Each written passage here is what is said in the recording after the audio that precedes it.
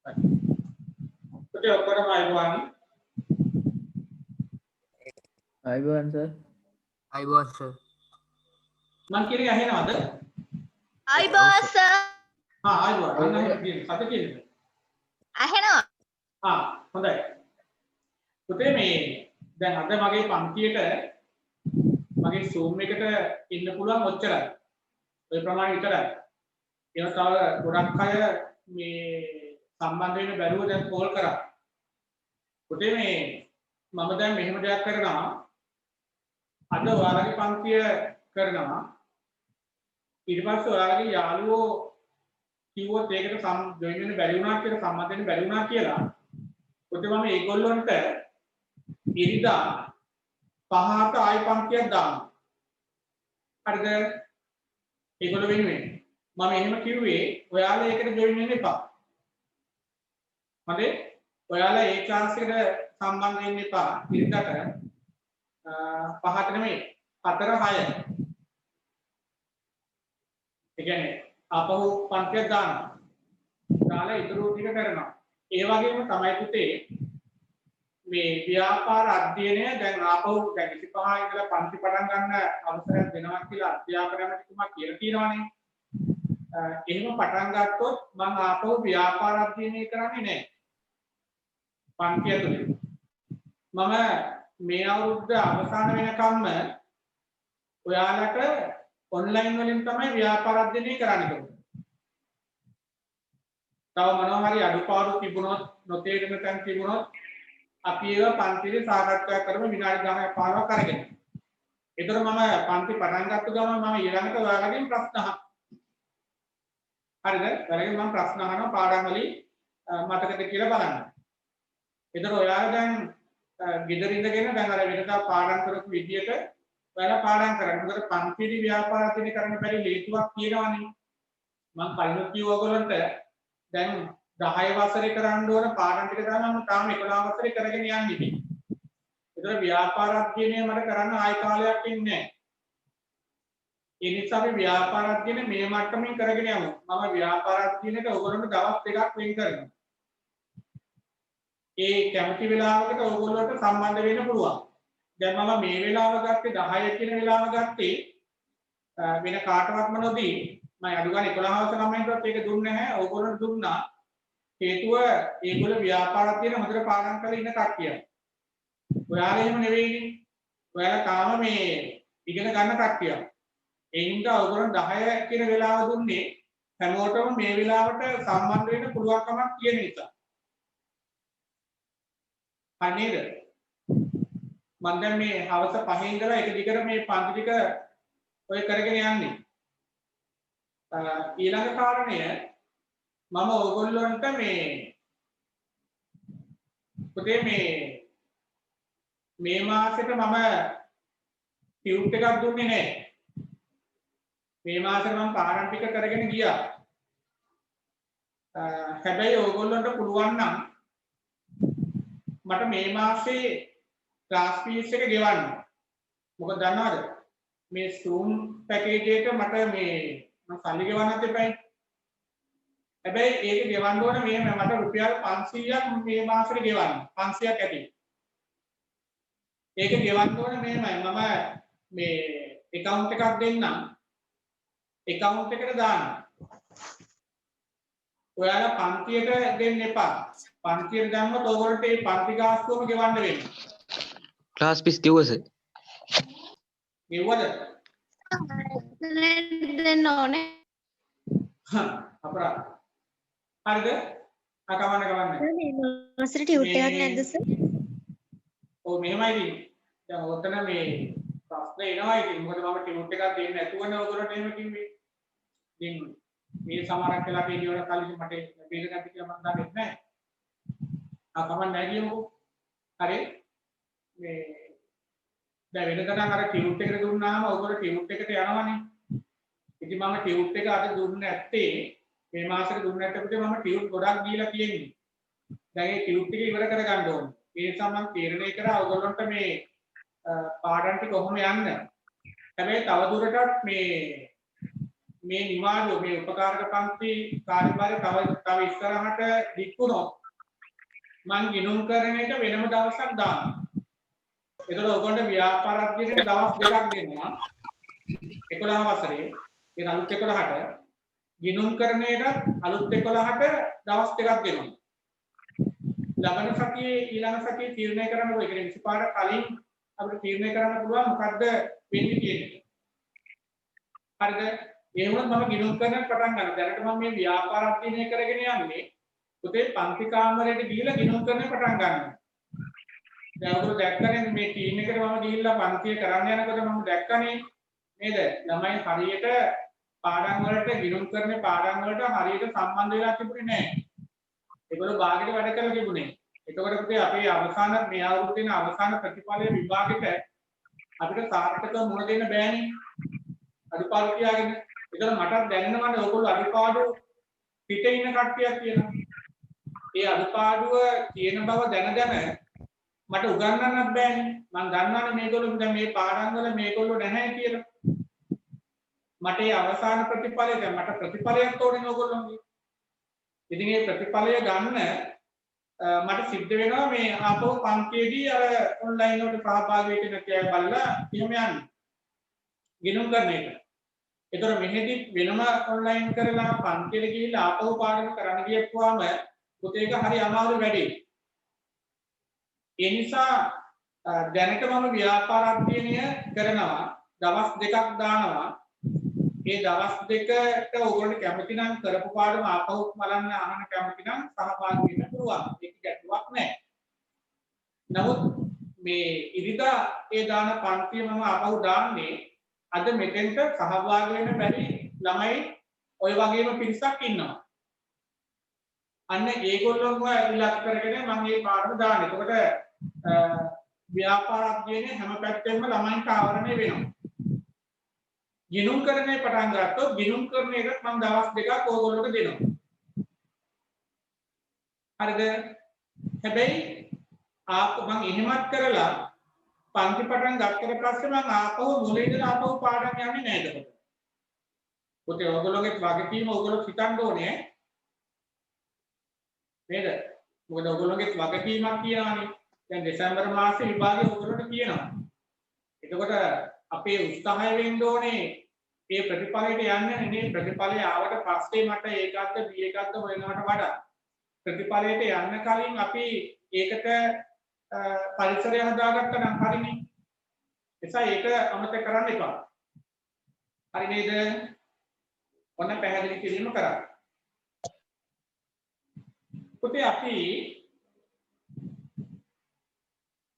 එදා කතා කරා සිල්ලර වෙනදාමේ ව්‍යාපාර වර්ග උදාහරණ සහිතව දක්වන්න කියලා.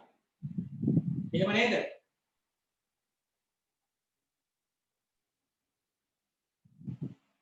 ඔව් සර්.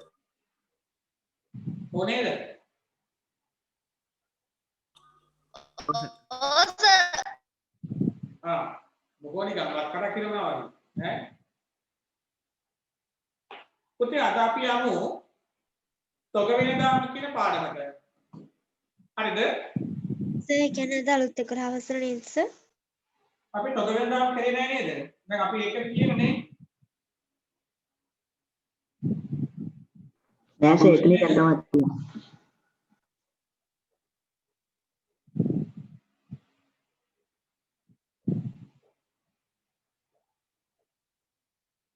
පුතේ මේ තොග වෙනදාම කියලා දැන් තොග වෙනදාම හඳුන්වන්න කියලා කියනවා. කරන ටියුට් එක පොඩ්ඩක් පෙන්නන්නකෝ. තොග වෙනදාම හඳුන්වන්න කියලා කියනවා. පුතේ මේ දැන් ඔයගොල්ලෝ අතර දැන් මයික් එක ඔන් කරලා තියෙන්නේ. ඔයගොල්ලෝ අතර වෙන අනවශ්‍ය කතා නවත්තන්න ඕනේ. හේතුව මේ දැන් 11 වසර ළමයිනුත් වෙන වෙන නම් වලින් ඇවිල්ලා ඒගොල්ලෝ කතා කරන්න බලපුවා මට දැන් ඒක බලන්න බෑනේ. ඒගොල්ලෝ දැනගන්න ඕනේ ඒගොල්ලෝ වැඩ කරේ. ඒ නිසා මම ඒ කට්ටිය ඔක්කොම මේ අයින් කළා දැම්මා ගෲප් එකේ. ආයෙත් බැරි වෙන්නේ. ඒත් ඒ නිසා මේ අවස්ථාව නැති කරගන්න එපා. මොකද ඔයා වෙනුවට ඔතන වාඩි වෙන තවත් ළමයි කට්ටියක් බලාගෙන ඉන්නවා. හරි නේද?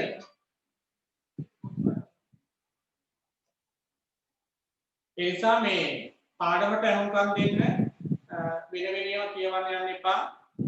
අනවශ්‍ය වෙලාවට මයික් එක ඔෆ් කරගන්න අවශ්‍ය වෙලාවට දෙන්න කතා කරන්න. හරි දැන් බලමු අපි කිව්වා මේ සිල්ලර වෙලඳාම ගැන.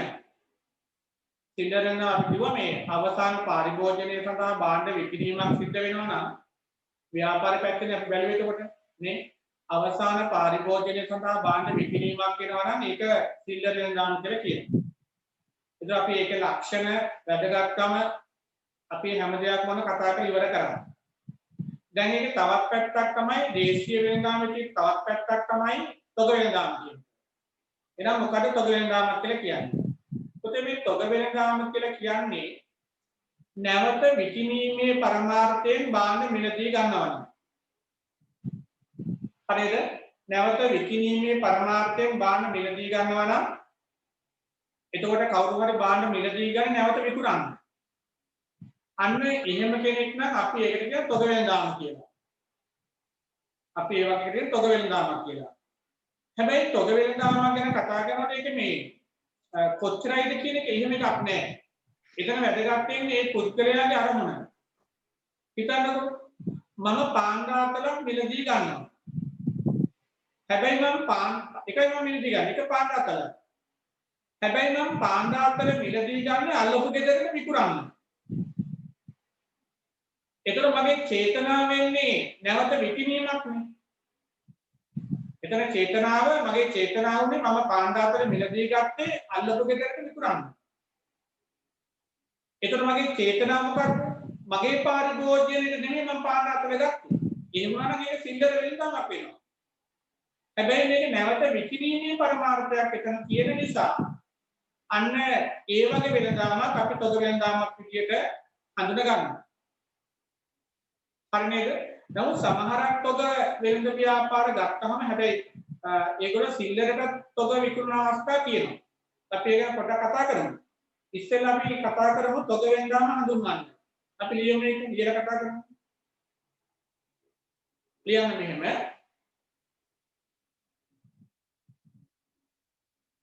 නැවත විකිණීමේ අරමුණින් නැවත විකිණීමේ අරමුණින්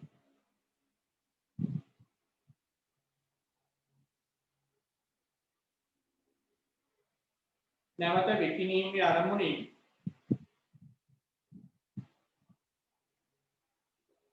නිෂ්පාදිත මිලට ගැනීම නැවත විකිණීමේ අරමුණින් නිෂ්පාදිත මිලට ගැනීම නැවත විකිණීමේ අරමුණින් නිෂ්පාදිත මිලට ගැනීම තොග වෙළඳාම ලෙස හඳුන්වයි. තොග වෙළඳාම ලෙස හඳුන්වයි.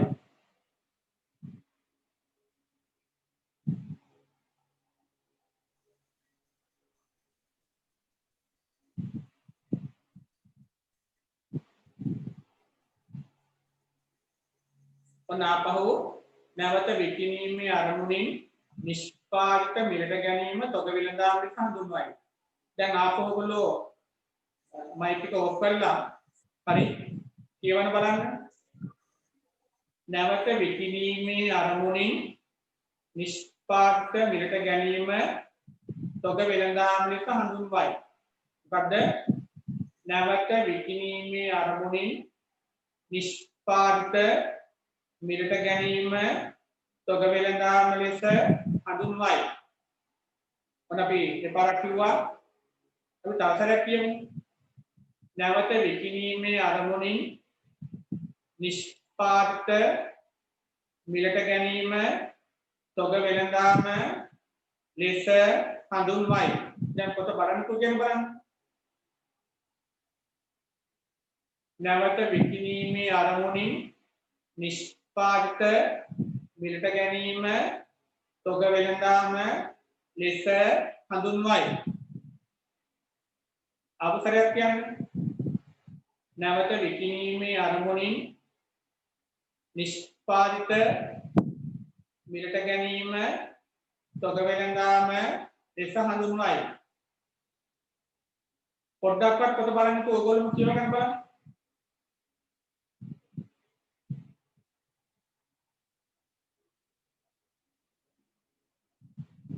හරි. ඔන්න පුළුවන් ඇති ඈ.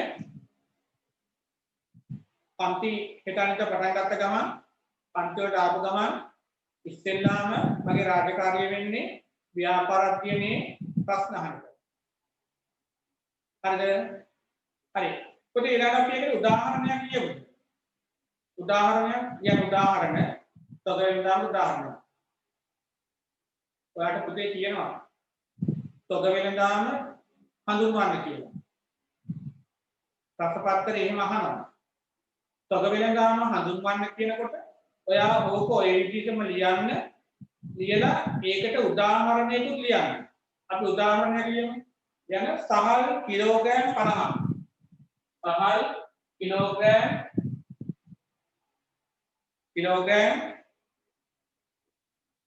50. සහල් කිලෝග්‍රෑම් 50 සිල්ලර වෙළෙන්දෙකුට විකිණීම. සහල් කිලෝග්‍රෑම් 50 සිල්ලර වෙළෙන්දෙකුට විකිණීම.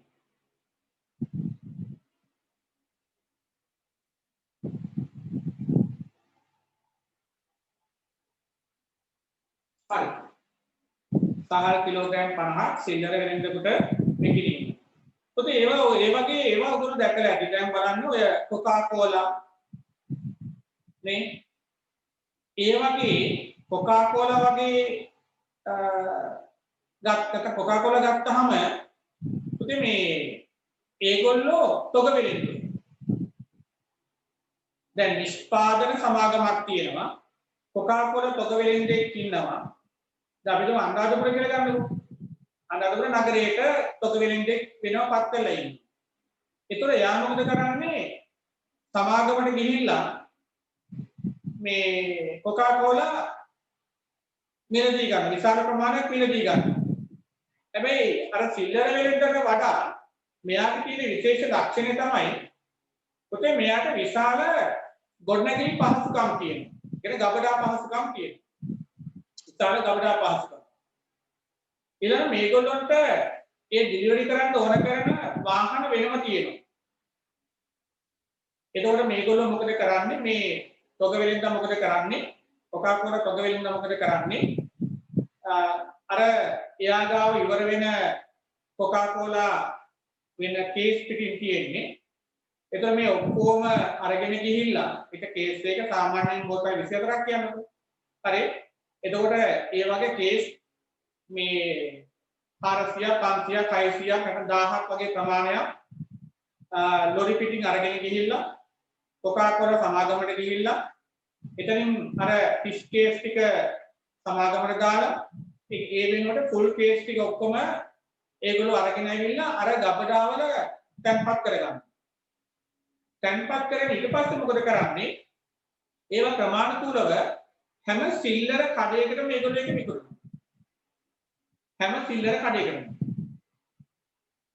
එතකොට එහෙම වික්කට පස්සේ අපිට ඕනම කෙනෙකුට පුළුවන් දැන් අපිටම ගමේ තියෙන ගමක තියෙන පිටිසර ගමක් කියන්නකෝ.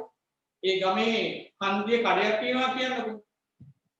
එතකොට ඒ කඩේට ගිහිල්ලා ළමයි කොකාකෝලා බෝතලයක් කිල්ලුවොත් ඒක දෙන්න ඕනේ. ඒ කියන්නේ ඒ තොග වෙලෙන්ද හැම අස්සක් මුල්ලක් නෑර හැම සිල්ලර කඩයකටම මේ ප්‍රදේශය තුල තියෙන තමයි පැවැල්ලා තියෙන මේ ප්‍රදේශය තුල තියෙන ඒ හැම කඩයකටම ගිහිල්ලා ඒ මේ තොග බෙදාගෙන ඉන්න ඕනේ. හැබැයි එයා ඒව විකුණන්නේ සිල්ලර වෙලෙන්දෙකුටනේ. එතකොට මේ තොග වෙලෙන්දා බාන්න මිලදී ගන්න සිල්ලර වෙලෙන්දට විකුණන්නේ. එතකොට සිල්ලර වෙලෙන්දා හරි අනු දැන් නිෂ්පාදකයා ඉන්නවා. නිෂ්පාදකයා. දැන් නිෂ්පාදකයා මොකද කරන්නේ? තොග වෙලෙන්දට දෙනවා.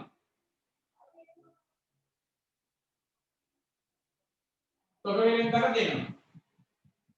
කියන්නේ නිෂ්පාදකයා තොග වෙලෙන්දට බාන්න බෙදා හරිනවා.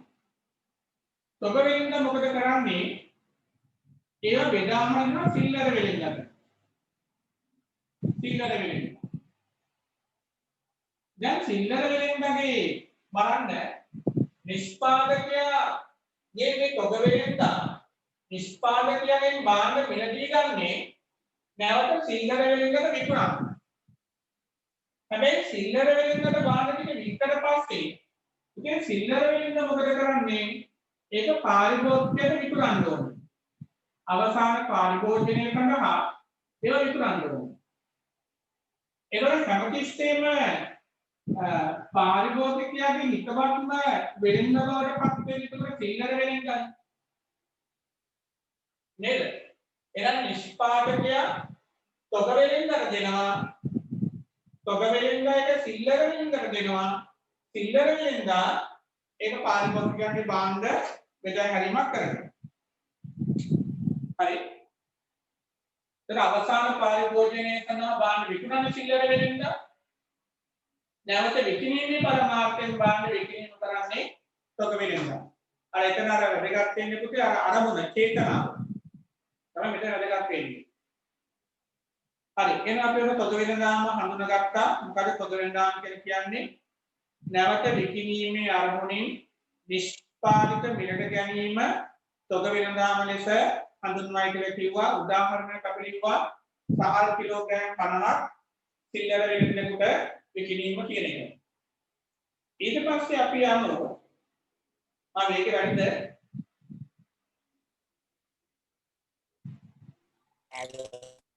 පොතේ මම ඔකට කියන මේක වැඩිද? නෑ සර්. නෑ නෑ සර්. මේකේ වැඩි වුණොත් පොඩක් කියන්නේ අර 11 වසරේ ගන්න වේගෙට 11 වසරේ මම පාඩම් කියලා දෙනවා. ඒකෝට ඒකල මට්ටම් වේගෙන් තමයි යන්නේ. මොකද ඒගොල්ලෝ වේගෙට මුහු වෙන්නේ නැත්තේ පැන්නේ. ඒ නිසා ඔයගොල්ලන්ට ඒකේ වේගෙ වැඩි වගේ නම් කියන්න මම අඩු කරලා දෙන්න ඈ.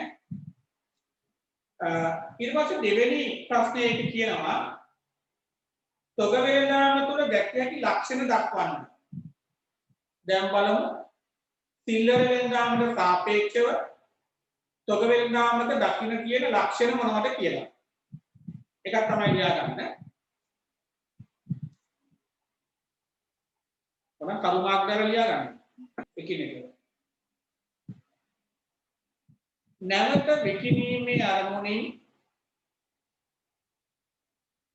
නැවත විකිණීමේ අරමුණින් භාණ්ඩ මිලදී ගැනීම. නැවත විකිණීමේ අරමුණින් සෝයි දෙවැනි එකට නේද කියන්නේ? වද දෙවැනි ප්‍රශ්නෙට නේ සෝයි කියන්නේ? ඔව්. තොගේ දැක්කේ ලක්ෂණ දෙක. සර් ඒකේ මුලින් ඉඳන් කියන්නකෝ අය. කියන්න. පළවෙනි එක නැවත විකිණීමේ අරමුණින්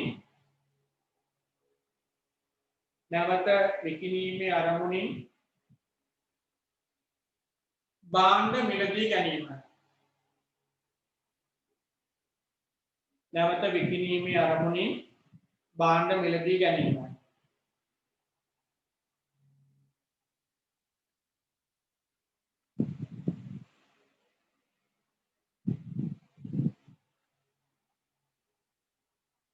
දෙවැනි එක භාණ්ඩ විශාල ප්‍රමාණයක් එකවර විකිණීම. භාණ්ඩ විශාල ප්‍රමාණයක් එකවර විකිණීම.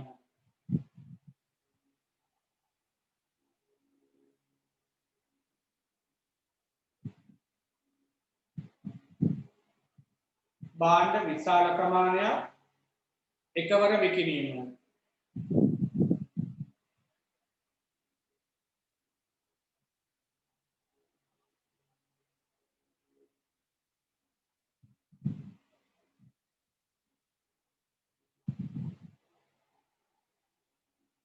පුතේ මේ ඒකෙන් අදහස් කරන්නේ දැන් ඒ වගේ තොග කඩවල් තියෙනවා. ඔයගොල්ලෝ එහෙම දැකලා ඇති. දැන් අනුරාධපුරේ නම් කියනවා විල්සන් එක වගේ. විශාල තොග කඩේක්. හැබැයි අපි ඒකට ගිහිල්ලා අර සිල්ලර කඩේකට වගේ ගිහිල්ලා මේ දෙන්නකො සන්ලයිට් කැටයක් කියලා එහෙම ඉල්ලන්න බෑ. දමනකාරී තරාදියේ ඉන්නවා. එහෙම ඉල්ලන්න බෑ. අපි ගන්නවා නම් ගන්න ඕනේ අපි සන්ලයිට් එකට 10ක් 15ක් 20ක් ඒවා ගන්න ඕනේ. දැන් ගෙදර අවශ්‍යතාවයකට අපි බාහන මිලදී ගන්න යනකොට යනවා නම් අපි යනවා මාස් එකට ඕන කරන බල්බ් ටික ගන්න ඕනේ එතනදී. අනිතෝට විශාල ප්‍රමාණයක් මිලදී ගන්න ඕනේ. ඒගොල්ලෝ එහෙම තමයි ඒවා එතකොට මේ විකුණන්නේ. එතකොට දැන් ඒවක් කඩයක් ගත්තාම ඒගොල්ලෝ සිල්ලර විකිණීමක් කරනවා. හැබැයි විශාල වශයෙන් තමයි ඒගොල්ලෝ විකිණීම කරන්නේ. සිල්ලර කඩයෙන් කරන්නේ ඒක එහෙම නෙවෙයි. සිල්ලර කඩේ විශාල වශයෙන් හරි අවශ්‍ය ප්‍රමාණයට පුරේ පාරිභෝගිකයගේ අවශ්‍ය ප්‍රමාණයට හරි භාණ්ඩ විකිණීම කරනවා. ඒක සිල්ලර වෙනවා. තොග වෙනදාමදී අපි දකින්නේ භාණ්ඩ විශාල ප්‍රමාණයක් එකවර විකුණනවා. හැබැයි ඒක අර වෙනසක් තියෙනවා මේ තොග කඩේකින් භාණ්ඩ මිලදී ගන්නකොට අපිට වෙළඳ වට්ටමක් කියලා එකක් දෙනවා ඒගොල්ලෝ. ඒ භාණ්ඩ මිලදී ගන්න වටිනාකමෙන් යම්කිසි අගයක් අඩු කරලා අපිට භාණ්ඩ විකුණනවා. ඒක වෙළඳ වට්ටමක්. අපි ඒක කතා කරන්නේ මීට කලින් නේ. අපි ඔන්ලයින් ක්ලාස් එකේදී අපි ගිණුම් කරලා අපි වට්ටම් ගැන කතා කරන්නේ. හරි. ඒතකොට ඒ වෙළඳ වට්ටම අඩු කරනවා. අඩු කරලා අපිට භාණ්ඩ විකුණනවා. හැබැයි සිල්ලර වෙළඳාමකදී අපි කොච්චර භාණ්ඩ මිලදී ගත්තා වුණාට කොච්චර භාණ්ඩ මිලදී ගත්තත් ඒගොල්ලෝ අපිට වට්ටම් වෙන සිරිතක් නැහැ. ඒක තොග වෙළඳ වට්ටම් දෙනවා සිල්ලර වෙළඳ වට්ටම් දෙන්නේ නැහැ. හරි. ඔන්න අපි කියව නැවත විකිණීමේ අරමුණේ භාණ්ඩ මිලදී ගැනීම එකයි. දෙවෙනි එක කිව්වා භාණ්ඩ විශාල ප්‍රමාණයක් එකවර විකිණීමක් කරනවා කියලා. එකවර විකිණීම. තුන්වෙනි එක ලියාගන්න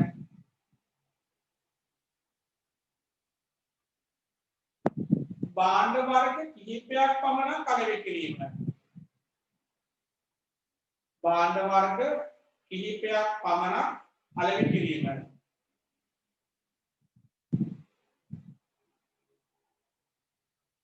භාණ්ඩ වර්ග කිහිපයක් පමණ අලෙවි කිරීම.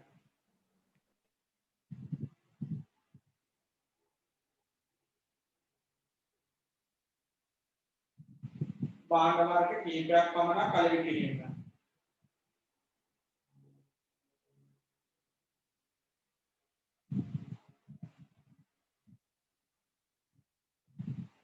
තව එකක්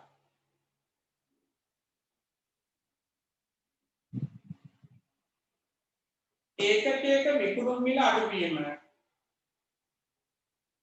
ඒකකයක විකුණුම් මිල අඩුවීම.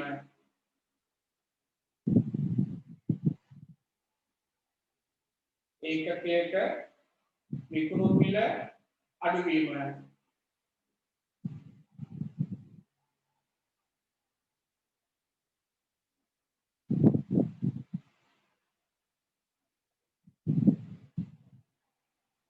මේ සාපේක්ෂව ගත්තම ඒ කියන්නේ සිල්ලර වෙළඳාමට සාපේක්ෂව ගත්තම තොග වෙළඳාමේ මිල අඩුයි. හිතන්නකො මෙහෙම. සර් දැන් බලන්න හොඳට බලන්න. උදේ නිෂ්පාදකයා භාණ්ඩය නිෂ්පාදනය කරනවානේ. හරිද? එතකොට එයාගේ භාණ්ඩය නිෂ්පාදනය කරන්න යන වියදම එක භාණ්ඩයක් නිෂ්පාදනය කරන යන වියදම අපි කියන්නේ 100යි කියලා. නිෂ්පාදකයා තමයි අවශ්‍ය ලාභාන්තිකය මේකට එකතු කරන්නේ. ඒ ලාභය එකතු කරන්නේ. එයා තීරණය කරනවා එක භාණ්ඩයක් වෙනුවෙන් ලාභය මට 30ක් තිබ්බා නැති. ඒ අනුව ඒ භාණ්ඩයේ උපරිම සිල්ලර මිල තීරණය වෙනවා කීයකටද? රුපියල් 130යි කියලා. දැන් එයා 130යි කිව්වට එයා මෙන්න මෙහෙම හිතනවා. මේ 130න් මට රුපියල් 10ක් ලාභ තිබ්බා නැති. එතකොට නිෂ්පාදකයා තොග වෙළඳට දෙන්නේ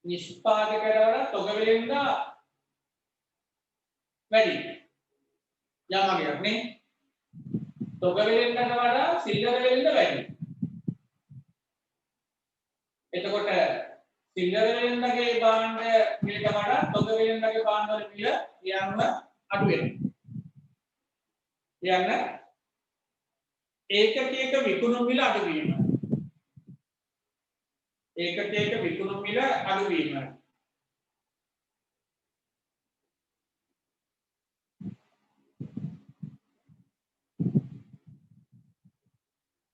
ඒකකයක විකුණුම් මිල අඩු වීම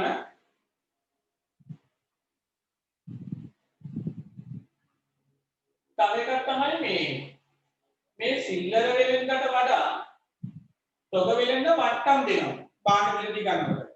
මොකද විශාල ප්‍රමාණයක් මිලදී ගන්නකොට වට්ටම් ලබා දීමක් වෙනවා.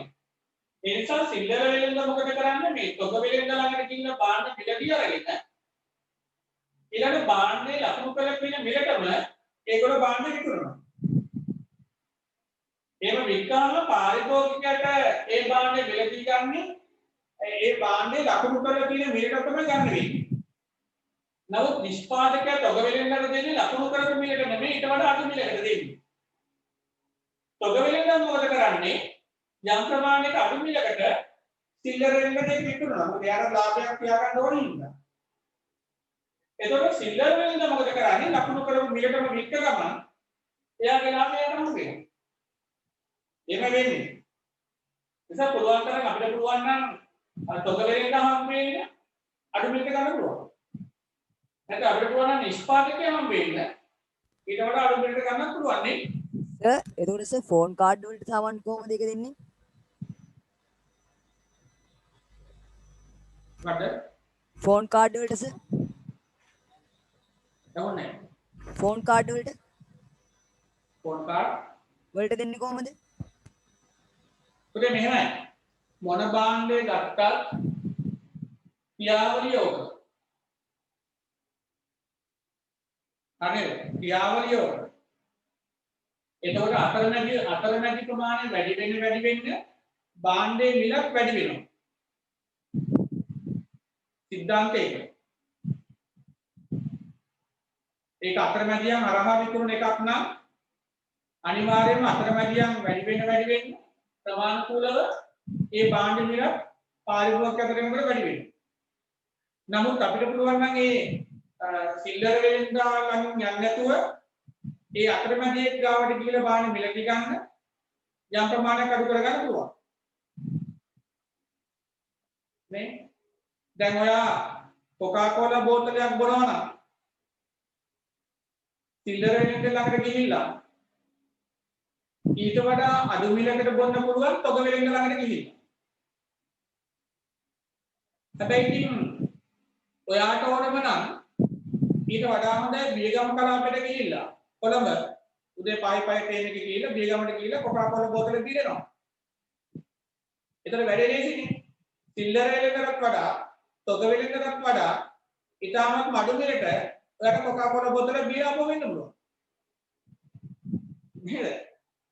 වැඩේ තියෙන යන වියදම නේද?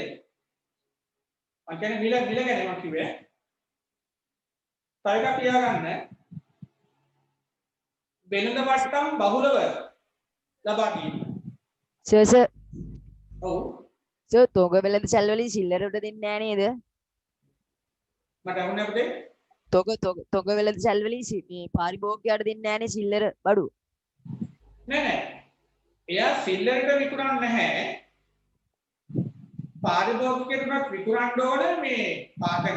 දැන් හිතන්නකෝ ඔයාගේ ගෙදර අම්මයි තාත්තයි කල්පනා කරනවා මෙහෙම සාමාන්‍ය පුරුද්දක් විදියට ඒගොල්ලෝ මාසයකටම හරියන බඩු පිට ගන්නවා. මාසයකට ඕන කරන අත්‍යවශ්‍ය භාණ්ඩ. ඔය සන්ලයිට් වගේ සීනි හරි 3-5 වර්ග ඒවා ගන්න මාසෙකට හරියන්නේ. ඒතර මාසෙකට හරියන්නේ එහෙම භාණ්ඩ මිලදී ගන්නවා නම් පුතේ හොඳම දේ සිල්ලර කඩේකින් ගන්න එක නෙවෙයි. තොග කඩේකට ගිහිල්ලා ගන්න එක. දැන් මෙහි තියෙන විල්සන් එක ගත්තාම ඒකේ සිල්ලර බඩු තමයි තියෙන්නේ. හැබැයි ඒගොල්ලෝ සිල්ලරට විකුණන්නේ නැහැ. ඒගොල්ලෝ විකුණන්නේ තොග වශයෙන්. ඒක මේ කියන්නේ. හරිද? අපිට ගිහිල්ලා බාන්න මිලදී ගන්න පුළුවන්. බැරි කමක් නැහැ. හැබැයි ඉතින් අපි ඔය සිල්ලර කඩේකින් ගන්නවා වගේ සන්ලයිට් කෑල්ලක් සීනි කිලෝග්‍රෑම් එකක් එහෙම ගත්තම එහෙම දෙන්නේ නැහැ ඒගොල්ලෝ. වැඩි බාන්න ප්‍රමාණයක් මිලදී ගන්නවා. ඒගොල්ලෝ ඒකට වට්ටම් දෙනවා. ඒකයි කියන්නේ. හරි. දැන් බලමු. ඔන්න තොග වෙනදාම තුළ දැක්ක හැකි ලක්ෂණ දක්වන්න කියලා කියනවා. එකක් තමයි මොකක්ද? නැවත විකිණීමේ අරමුණෙන් බාන්න මිලදී ගැනීම. අර අවසාන එක භාගයට කිව්වේ. ඒ මතුවේ වෙළඳ වට්ටම් බහුලව ලබා දීම. වෙළඳ වට්ටම් බහුලව ලබා දීම.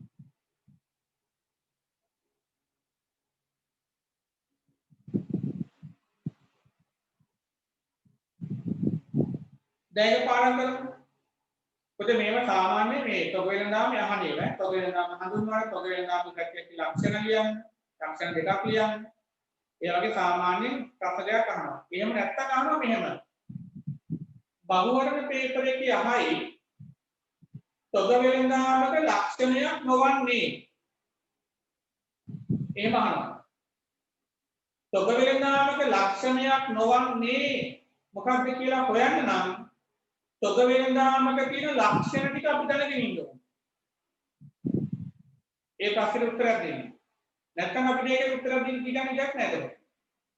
ඒ නිසා අපිට මේ කරුණු ටික පොඩ්ඩක් පාඩම් කරලා පුංචි මතකයක් හරි තියාගන්න වෙනවා. හරිද? පළවෙනි කිව්වා නැවත විකිණීමේ අරමුණෙන් බාන්න මිලදී ගැනීම ප්‍රධාන අරමුණක්. නැවත විකිණීමේ අරමුණෙන් බාන්න මිලදී ගැනීම. ඊළඟ එක බාන්න විශාල ප්‍රමාණයක් එකවර විකිණීම. බාන්න විශාල ප්‍රමාණයක් එකවර විකිණීම. දෙක තුන්වෙනි එක කිව්වා බාන්න වර්ග කිහිපයක් පමණක් කල විකිණීම. ඔතේ සමහරක් ඔය සහල් කඩවල තියෙනවා. ඒකෝර ඒගොල්ලෝ ගාව තියෙන සහල්. ඒගොල්ලෝ විකුණන්නේ සහල් විතරයි. ඒගොල්ලෝ තොග වෙලෙන් තමයි. දැන් මහා පරිමාණ සහල් තොග කඩවල් තියෙනවා. ඒතකොට ඒගොල්ලෝ සහල් විතරයි විකුණන්නේ. ඒ වගේ තැනකට අපිට ගිහිල්ලා මේ සහල් කිලෝ එකක් විකුණන්න බෑ. ඒගොල්ලෝ පාරිභෝගිකයන්ට විකුණන්නේ නැහැ. සිල්ලර වෙළඳක් විකුණන්නේ නැහැ. ඒ සිල්ලර වෙළඳක් විකුණනවා පාරිභෝගිකයන්ට විකුණන්නේ නැහැ. ඒ තොග ගබඩා තියන අය සහල් ගබඩා වශයෙන් පවත්වන අය අන්න ඒගොල්ලෝ ගැන මම කියන්නේ. සාමාන්‍ය සහල් තොග කඩ තියෙනවා. දැන් ඒ වගේ මේ තොග කඩේකදී අපිට මේ ආල් කිලෝ එකක් ගන්න බැරි කමක් නෑ. පුළුවන්. එහෙම ගැටලුවක් වෙන්නේ නෑ. හරි. අපිට අවශ්‍ය නම් තොග වශයෙන් ගන්නත් පුළුවන්. සහල් සිල්ලරට ගන්නත් පුළුවන්. ඒගොල්ලෝ සහල් අර තොග ගබඩා තියන අයගෙන් අරගෙන ඒවා ගබඩා කරලා තියාගෙන අවශ්‍යතාවය අනුව සිල්ලර වෙලෙන් ගන්න සහ පාරිභෝගිකයන්ට ඒගොල්ලෝ එන්නේ. ඒගොල්ලෝ තොග වෙලෙන් තමයි. හැබැයි ඒගොල්ලෝගේ විශේෂත්වය වෙන්නේ අර සිල්ලර වෙලෙන්ද වගේ තොග වෙලෙන්ද මේ ඒ බාණ්ඩ ප්‍රදර්ශනයේ කියන්නේ. දැන් තියෙන පොඩි ඉඩ ප්‍රමාණයක් නිසා ඕගොල්ලන්ට පහල් මේ ඒවා දකින්න පුළුවන් වර්ග ටික.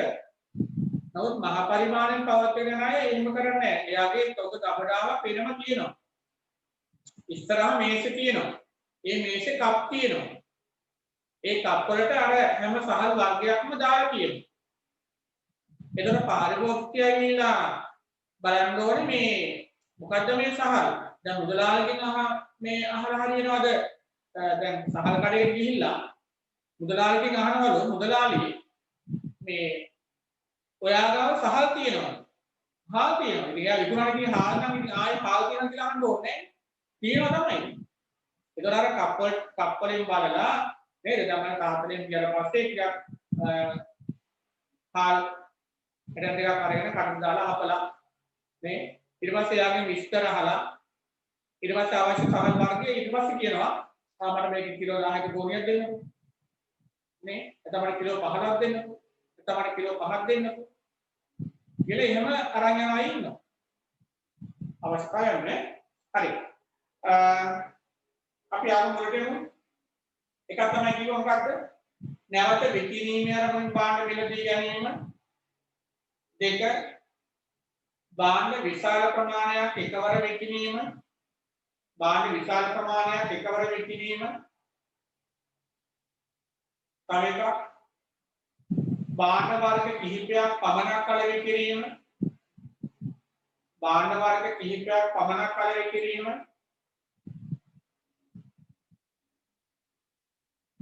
භාණ්ඩ වර්ග කිහිපයක් පමණක් කල විකිණීම තව එකක් ඒකකයක විකුණුම් මිල අඩුවීම ඒකකයක විකුණුම් මිල අඩුවීම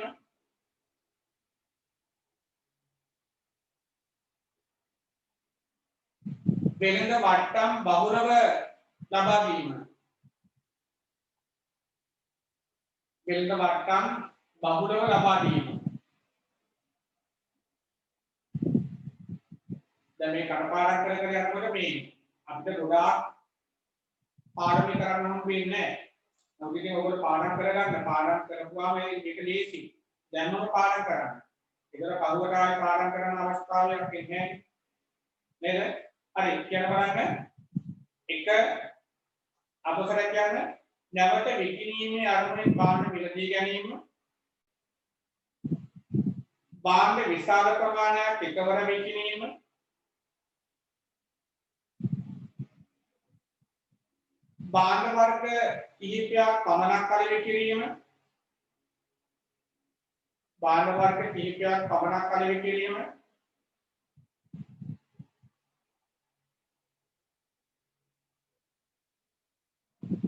ඒකකයක විකුණුම් මිල අඩුවීම ඒකකයක විකුණුම් මිල අඩුවීම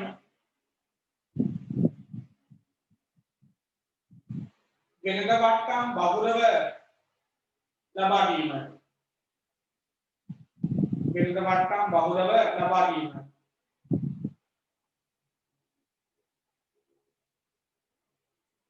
තව එක සැරයක් ඔබ බලන්න කියන්නේ නැවත විකිණීමේ අරමුණින් භාණ්ඩ මිලදී ගැනීම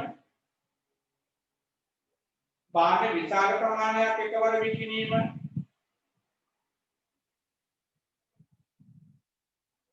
භාණ්ඩ වර්ග කිහිපයක් පමණක් කල විකිණීම ඒකකයක විකුණුම් මිල අඩුවීම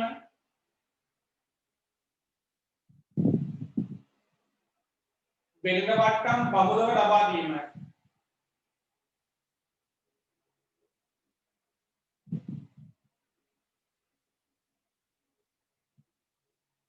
දැන් පොත බලනකොට කියලා බලන්න මොකක්ද නැවත විකිණීමේ අරමුණින් භාණ්ඩ මිලදී ගැනීම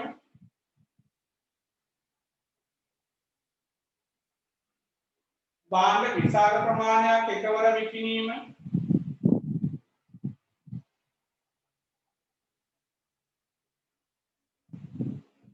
භාණ්ඩ වර්ග කිහිපයක් පමණක් කල විකිණීම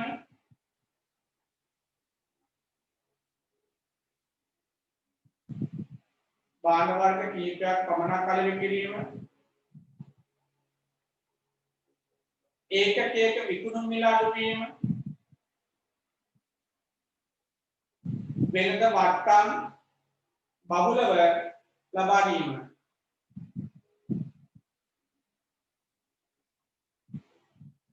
විනාඩි දෙක තුනක් දෙන්නම් පොත බලන්නකෝ කියන බලන්න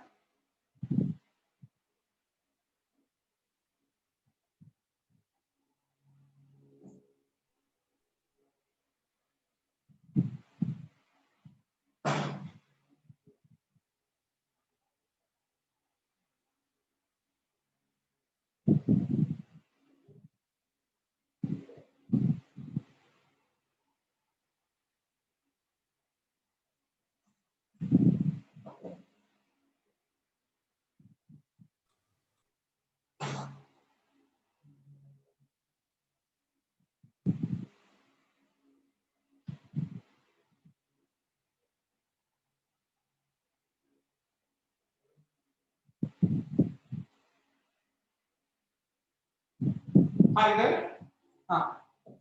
දැන් ඔන්න මේ ප්‍රශ්න ටිකක් අහනවා.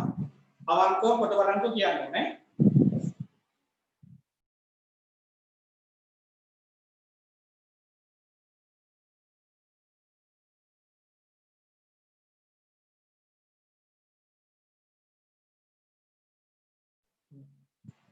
පොතේ මේ රශ්මික කියන බලන්න.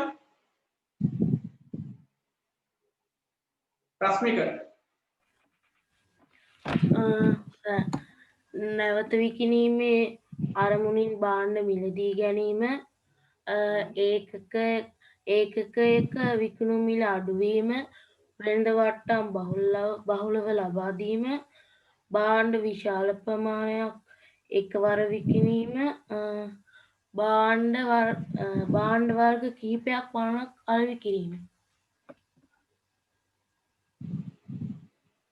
හරිද? තා පොඩ්ඩක් බලන්න.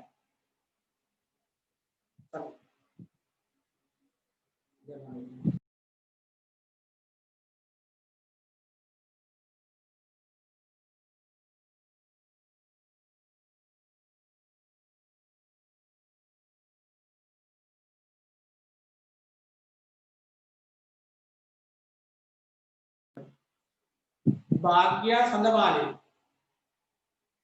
පුතේ කියන බලන්න.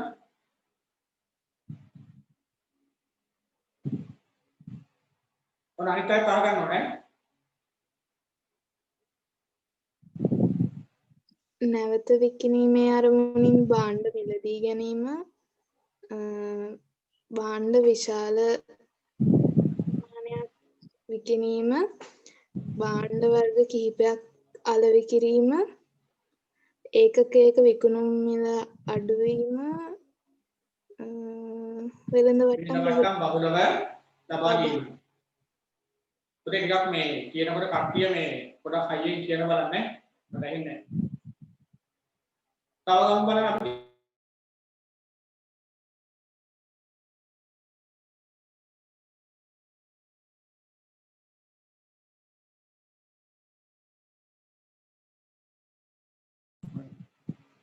දැහැමි සංසලා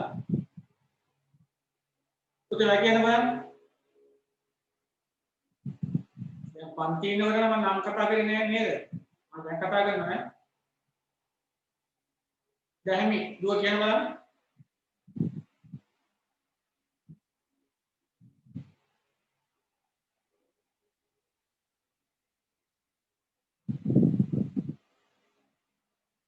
පුතේ ඇහෙන්නේ පොඩ්ඩක්වත්.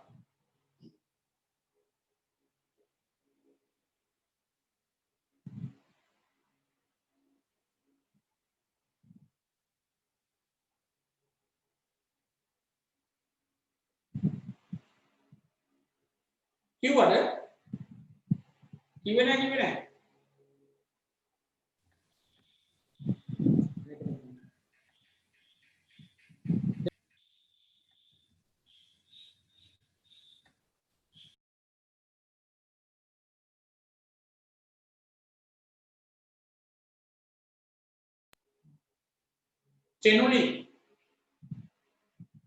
චෙනුලි පුතේ කියන බලන්න.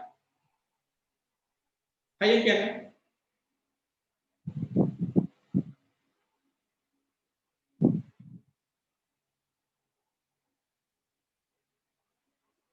පුතේ හයියෙන් කියන්නේ.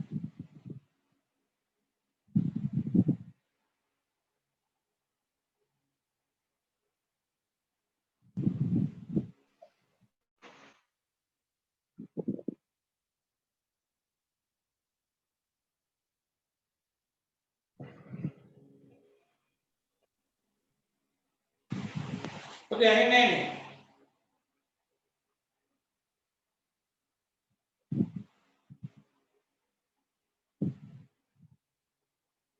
චෙනුලි පුතේ කොට හයියෙන් කියන්න.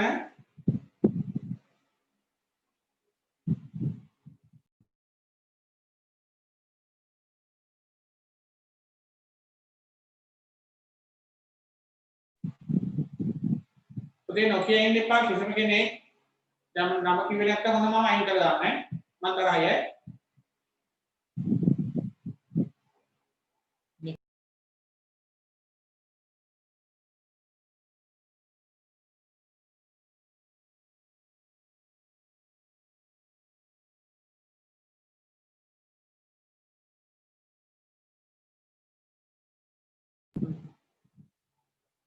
දෙවුලි කියන බලන්න දෙවුලි ගෑනමේ හරියට කටහල කියන ගමන් ගෑනම එකක් පස්සාන දෙවුලි කියන බලන්න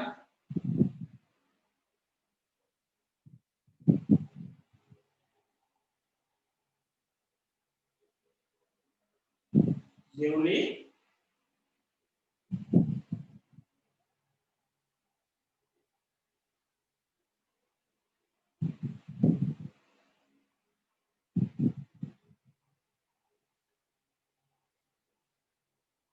අපර වරිලක කියන දේ මම කියයි මම අල්ල ගන්න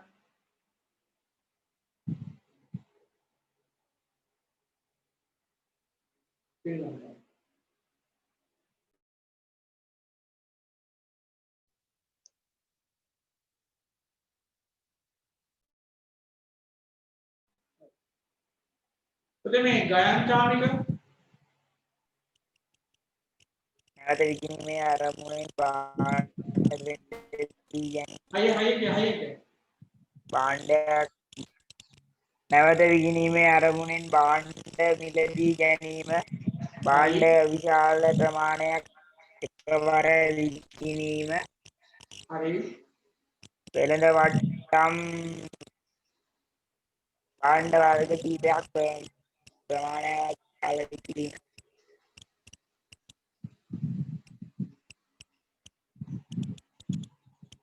පුතේ මේ හරි කමන්නේ මේ ගෙදරදී ඕක හොඳට පාඩම් කරගන්න ඕනේ තොගලඳාම තුල දැකියගේ ලක්ෂණ අනිවාර්යයෙන්ම පේපර් වල අහන ඒවා මේ මුල් හරිය ප්‍රක්‍රියාවක් අහනවා වැඩි ඒ නිසා මේ පාඩම් කරන්න ඕනේ පන්ති වෙනකොට පාඩම් කරගෙන ඉන්නේ හරි සිල්ලර වෙනදාම තොග වෙනදාම වෙනස්කම් දක්වන්න ඊළඟ ප්‍රශ්න තුන්වෙනි එක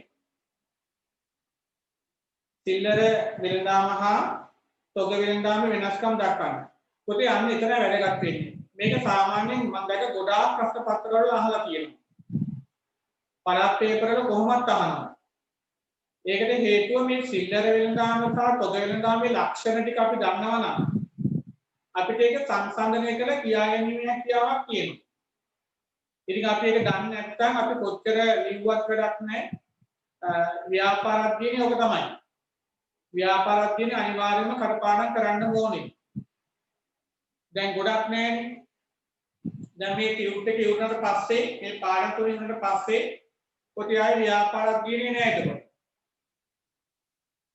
හරිද ඒ නිසා මේ ටිකත් අපි කලින් වගේම හොඳට පාඩම් කරලා තියාගමු එච්චරනේ තියෙන්නේ ඒක ඔයාලට ලේසිනේ හරි අපි දැන් බලමු සිල්ලර වෙනදාම තොග වෙනදාම වෙනස්කම් අහනකොට අපි ඒක දෙපැත්තකින් උත්තරේ දෙන්න ඕනේ නේ ඔයක දන්නවනේ හරි අපි එනවා සිල්ලර වෙනදාම කියමු සිල්ලර වෙනදාම ලක්ෂණයක් ගමු ලියන්න මෙහෙම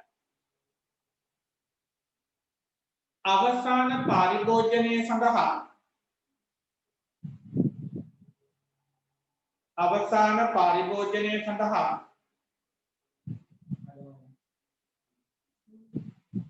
අවසාන පාරිභෝජනය සඳහා භාණ්ඩ හා සේවා විකිණීම අවසාන පාරිභෝජනය සඳහා භාණ්ඩ හා සේවා විකිණීම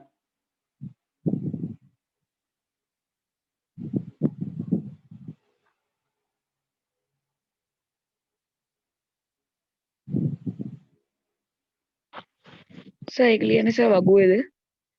ඔව් වගුවේ ලියන්න ඕනේ. ඒක අහන්න ඕන එකක් නෙවෙයි ඒක ඔයා දන්නවා. පොඩ්ඩක් කියන්නේ වගුවක් කියලා කියන්නේ ඒකනේ. නේද?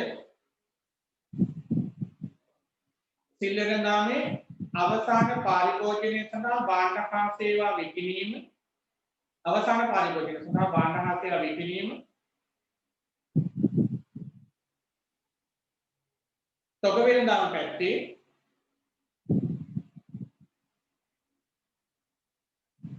නැවත විකිණීම සඳහා භාණ්ඩ මිලදී ගැනීම නැවත විකිණීම සඳහා භාණ්ඩ මිලදී ගැනීම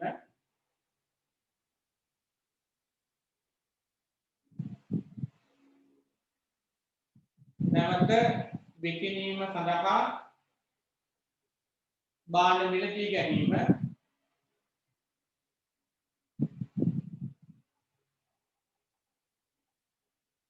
ඔන්න සිල්ලර වෙනදාම තොග වෙනදාම එක ලක්ෂණයක් අපි ලිව්වා එකක් තමයි අවසාන පාරිභෝජන සඳහා භාණ්ඩ හා සේවා විකිණීම එහා පැත්තේ ලියනවා එතකොට නැවත විකිණීම සඳහා භාණ්ඩ මිලදී ගැනීම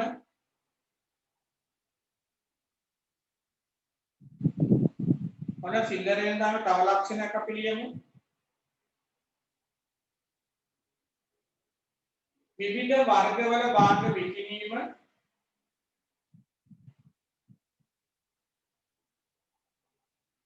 විවිධ වර්ගවල භාණ්ඩ විකිණීම සිල්ලර වෙනදාම පැත්තේ විවිධ වර්ගවල භාණ්ඩ විකිණීම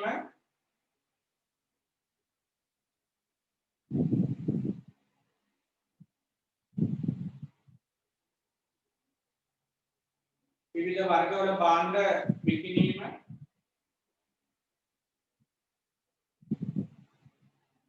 දැන් ඔය එන තොග වෙනදාම පැත්තට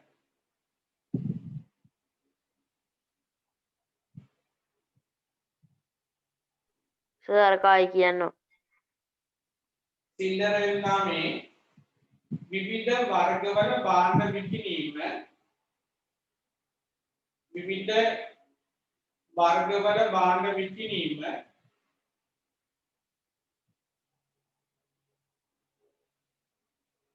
විවිධ වර්ගවල භාණ්ඩ විකිණීම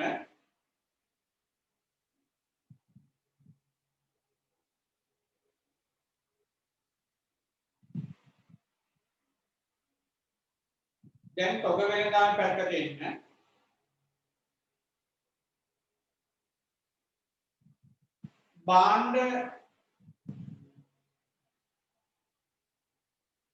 භාණ්ඩ වර්ග එකක් හෝ භාණ්ඩ වර්ග එකක් හෝ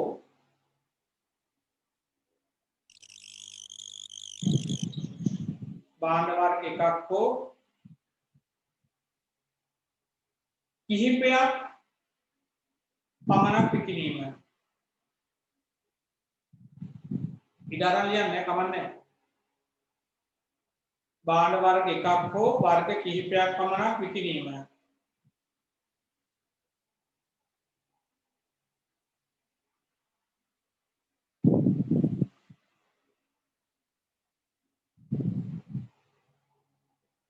සිල්ලර වෙළඳ නම් එතකොට අනිවාර්යයෙන්ම භාණ්ඩ වර්ග කිහිපයක් තියෙනවා.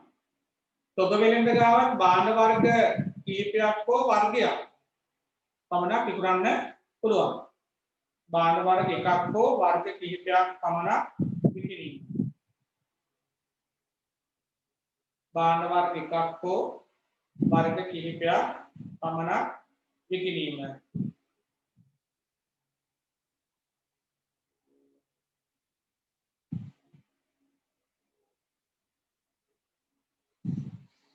එන සිල්ලර වෙනදාමට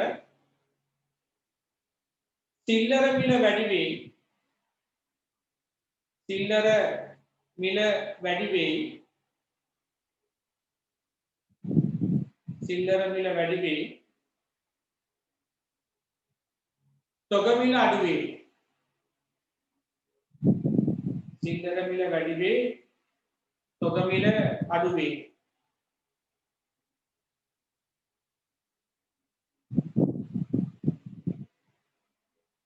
සිල්ලර වෙනදාම පැත්තේ ලියන්න සිල්ලර මිල වැඩි වෙයි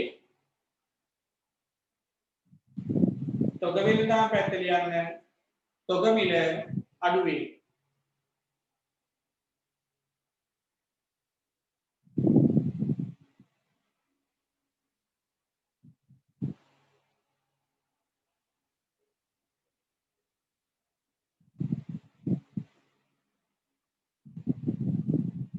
හරිද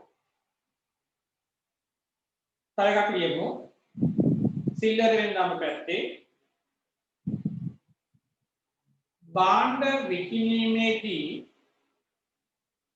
භාණ්ඩ විකිණීමේදී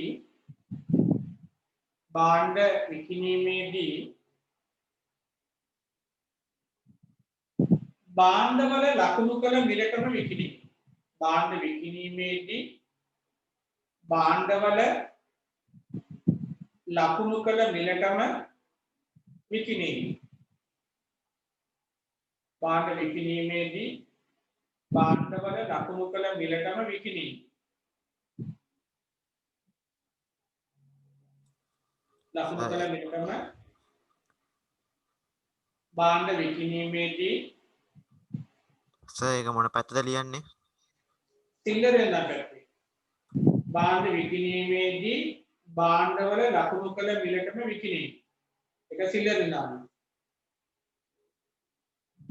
භාණ්ඩ විකිණීමේදී භාණ්ඩවල ලකුණු කළ මිලකම විකිණීම.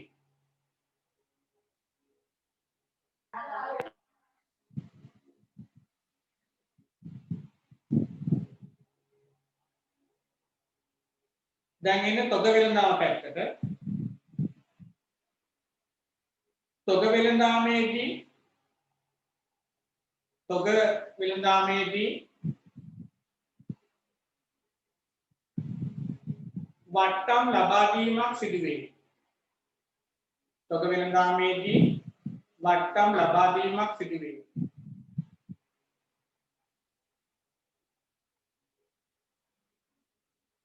තොග වෙළඳාමේදී වට්ටම් ලබා දීමක් සිදු වේ.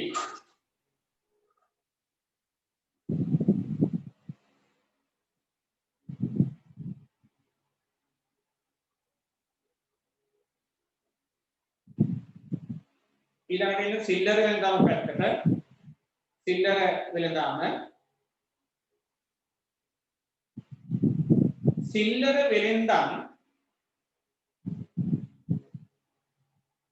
සිල්ලර වෙළඳාම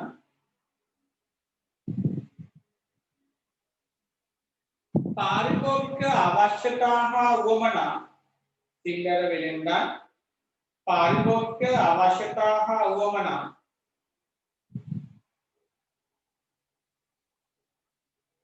සිල්ලර වෙළඳාම් පැත්ත ලියන්න ඕනේ. සිල්ලර වෙළඳාම් පාරිභෝගික අවශ්‍යතා හා උවමනා හොඳින් හඳුනා ගනියි. පාරිභෝගික අවශ්‍යතා හා උවමනා හොඳින් හඳුනා ගනියි.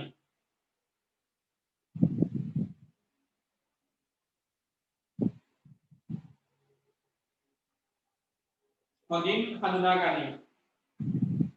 ඒ කියපු එක පැහැදිලිද? පොතේ ඒ කියන්නේ හැමතිස්සෙම සිල්ලර වෙලෙන්ද පාරිභෝගිකයත් එක්ක සම්බන්ධතා පවත්න්නේ. සිල්ලර වෙලෙන්ද පාරිභෝගිකයව මාන විකුණන්නේ. ඒතර පාරිභෝගිකය හැමතිස්සෙම මේගොල්ලෝ ගාවට යන්නේ නැහැ. සිල්ලර වෙලෙන්ද ළඟට ගිහින් වාද මිලදී ගන්නවා. එතකොට පාරිභෝගිකයාගේ අවශ්‍යතා සහ උවමනා හොඳින්ම දන්නේ කියන තමයි සිල්ලර වෙලෙන්ද. මොකද පාරිභෝගිකයාගේ හිතවත්ම වෙලෙන්ද සිල්ලර වෙලෙන්ද කියලා මෙතන කලින් කතා කරන්නේ. නේද?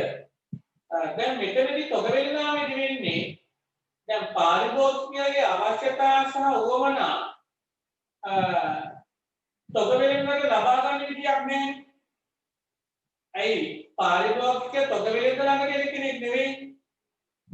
ඒ නිසා පාරිභෝගිකයාගේ අවශ්‍යතා සහ උවමනා මොනවද කියන්නේ තොග වෙළඳ දන්නේ නැහැ. ඒ නිසා පුතේ තොග වෙළඳට සිද්ධ වෙනවා පාරිභෝගිකයාගේ අවශ්‍යතා සහ උවමනා හඳුනාගන්නේ කොහොමද? එහෙනම් යා සිල්ලර වෙළඳකින් අහගන්න ඕනේ. ඒක තොග වෙළඳ මොකද කරන්නේ? සිල්ලර වෙළඳකින් පාරිභෝගික අවශ්‍යතා සහ උවමනා හොයාගන්න. මොනවද කියන්නේ? අනේ එන අපි ලියමු. ඔන්න සිල්ලර වෙළඳාම පැත්තට අපි ලියමු මොකක්ද?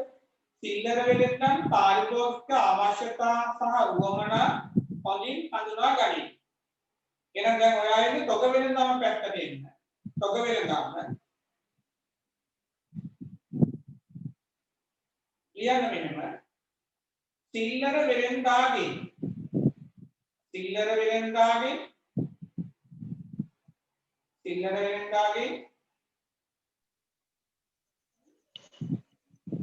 සිල්ලර වෙළඳාගේ පාරිභෝගිකයාගේ අවශ්‍යතා හා උවමනා සිල්ලර වෙලෙන්දාගේ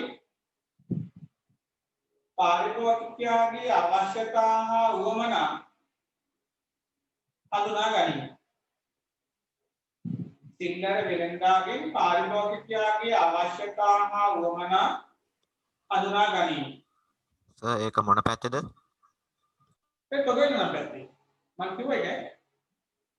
ඔන්න සිල්ලර වෙලෙන්දාමේදී මම කිව්වා ග්‍රහගන්නකො. සිල්ලර වෙලෙන්දන් පාරිභෝගික අවශ්‍යතා හා උවමනා හොඳින් හඳුනා ගනිමු. ඒ සිල්ලර වෙලෙන්ද. තොග වෙලෙන්දාම පැත්තේ ලියන්න සිල්ලර වෙලෙන්දාගෙන්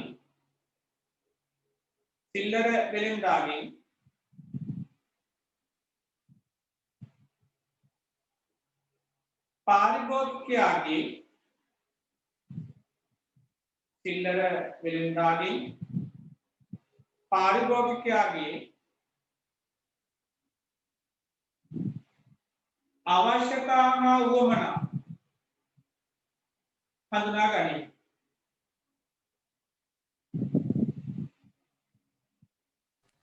අවශ්‍යතා හා උවමනා හඳුනා ගනිමු. සර් කියන්නේ සර් එතකොට සර් මේ තොග වෙලෙන්දත් ණයට බඩු විකුණනවාද? ඔව්. පුළුවන්. එතකොට සර් ඒක මේ සිල්ලර වෙලෙන්දෑමට කියලා වෙනම බෙදෙන්නේ නෑනේ. එහෙම එකක් නැහැ. දැන් සිල්ලර වෙලෙන්දා තොග වෙලෙන්දට එක්ක නිතර ගනුදෙනු කරන කෙනෙක් නම් එතකොට අනිවාර්යයෙන්ම තොග වෙලෙන්දා සිල්ලර වෙලෙන්දට ණයට බාන්න ගන්න පුළුවන්. සිල්ලර වෙලෙන්ද ණයට බාන්න ගන්න පුළුවන්. එතකොට ඒ දෙන්නාගේ කියන කොන්දේසි මත ඒ දෙන්නා ඒවා එහෙම විකුණගෙන මුදල් ගෙවන විදිය සිල්ලර වෙලෙන්දා තොග වෙලෙන්දට කරනවා. ඒක ගැටලුවක් වෙන්නේ නැහැ. නමුත් මෙතන අපි දකින්නේ මුදල් ගෙවන විදිය නෙවෙයි පුතේ. මතක තියාගන්න බාන්න විකුණන ආකාරය. තොග වෙලෙන්දා විශාල ප්‍රමාණයෙන් විකුණනකොට සිල්ලර වෙලෙන්දා අවශ්‍ය ප්‍රමාණය ටික ටික විකුණන කෙනෙක්. ඒක වැදගත්. හරි නේද? හොඳයි මේක දැනගන්න හම්බෙන්නේ.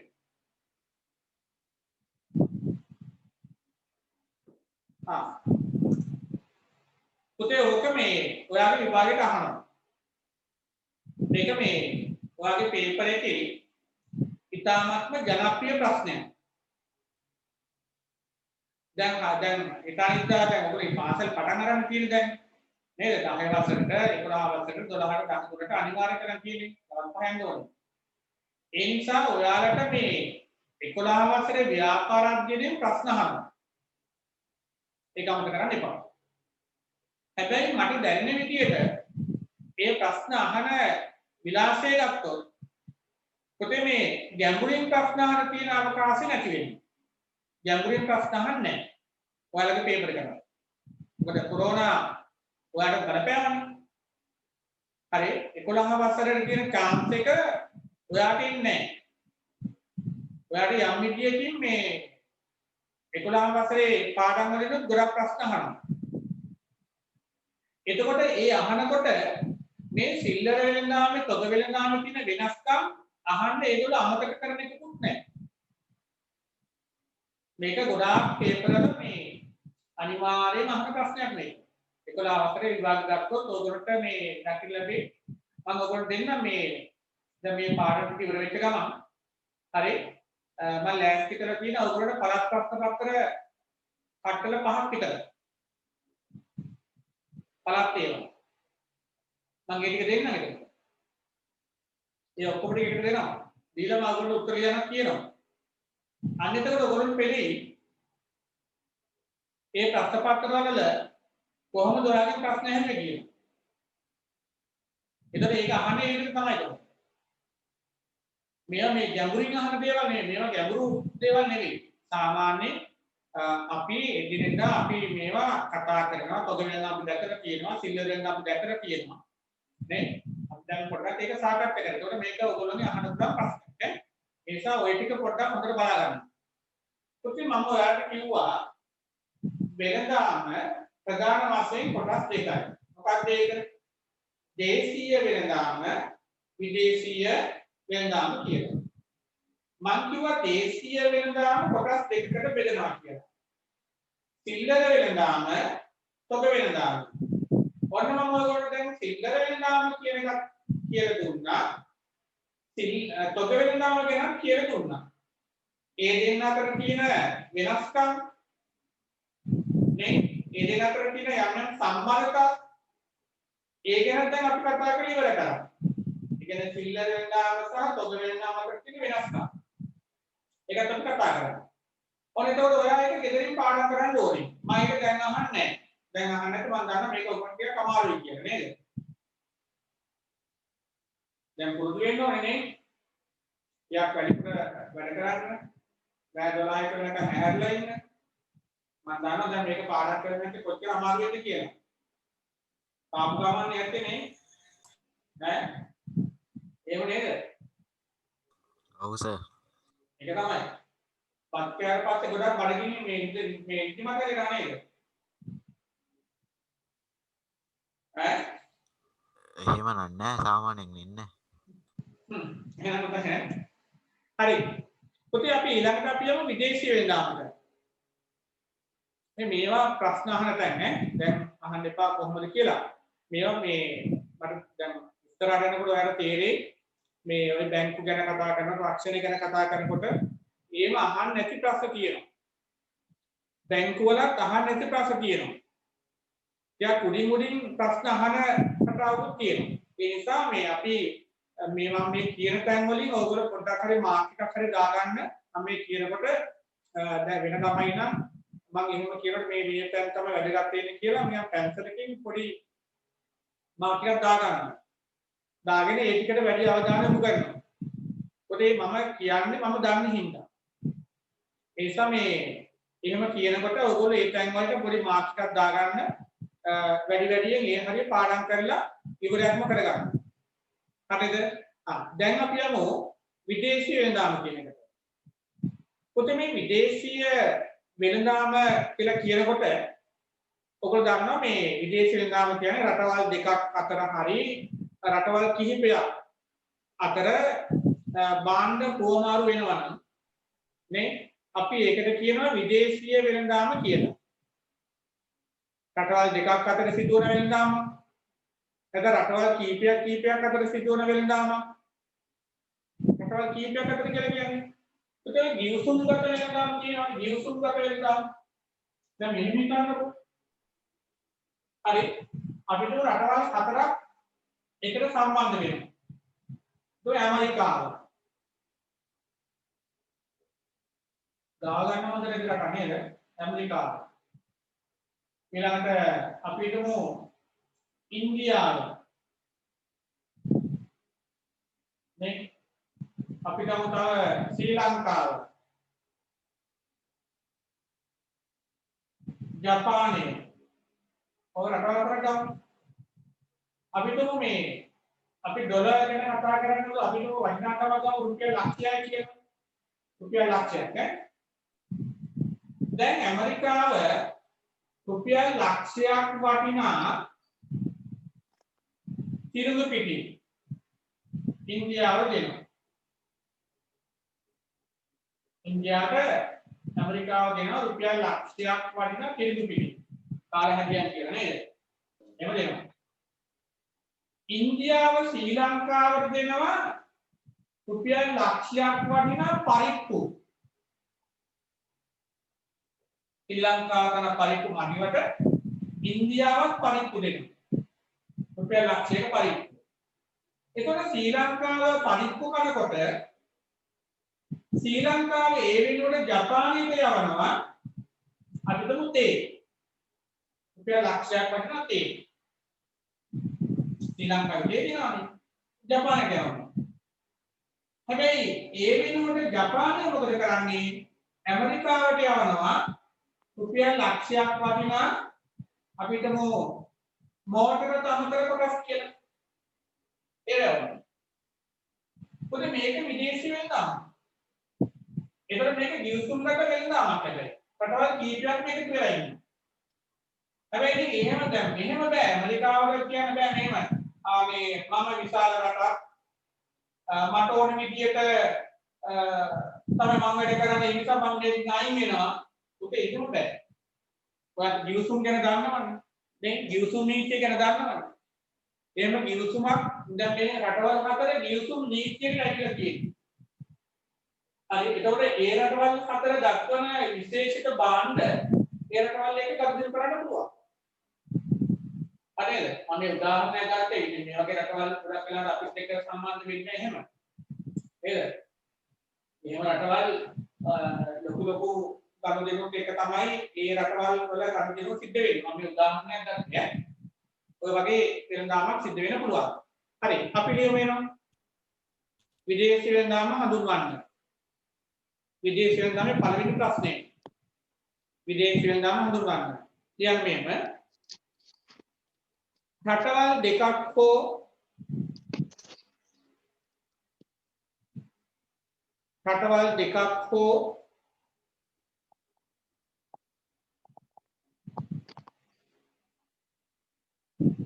දෙකක් හෝ කිහිපයක් අතර සිදුවන වෙළඳාම රටවල් දෙකක් හෝ කිහිපයක් අතර සිදුවන වෙළඳාම රටවල් දෙකක් හෝ කිහිපයක් අතර සිදුවන වෙළඳාම විදේශීය වෙළඳාම වේ. රටවල් දෙකක් හෝ කිහිපයක් අතර සිදුවන වෙළඳාම විදේශීය වෙළඳාම වේ. රටවල් දෙකක් හෝ කිහිපයක් අතර සිදුවන වෙළඳාම විදේශීය වෙළඳාම වේ.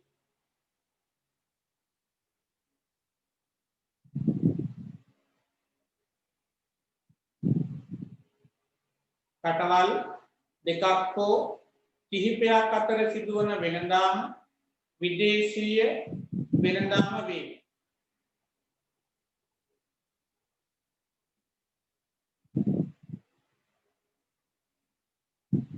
දැන් පළවෙනි වාර විභාගයේදී මේ වගේ පුංචි ප්‍රශ්න ඔයාලගෙන් අහයි ඈ. විදේශී වෙළඳාම හඳුන්වන්න, විදේශී වෙළඳාම ප්‍රභේද දක්වන්න. මේ වගේ සාමාන්‍ය බහුවර්ණ පේපර් එකක පවා මේ වගේ දේවල් ඔයාලගෙන් අහයි. එහෙම බැරෑරුම් අහන්නේ නැහැ. ඔය පැය දෙකේ පේපර් එකකට ඔයගොල්ලෝ තියෙන්නේ ගොඩාක් ප්‍රශ්න අහන්නේ නැහැ එතකොට.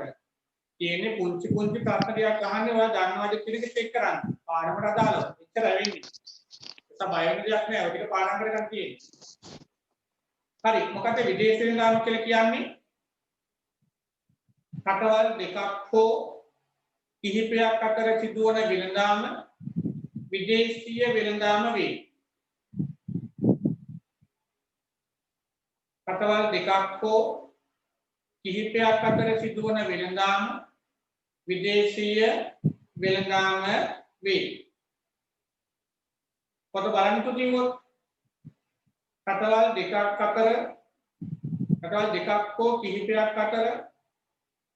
දෙකක් හෝ කිහිපයක් අතර සිදුවන වෙළඳාම විදේශීය වෙළඳාම වේ. හරිද? ඔන්න ඒක පාඩම් හිටියයි. අපි දෙවෙනි ප්‍රශ්නෙට යමු. විදේශීය වෙළඳාමේ ප්‍රභේද දක්වන්න කියනවා. ඒකේ විදේශීය වෙළඳාමේ ප්‍රභේද දෙකයි කියන්නේ. ලියන්න එකක් ආනයන වෙළඳාම අපනයන වෙළඳාම. ආනයන වෙළඳාම අපනයන වෙළඳාම.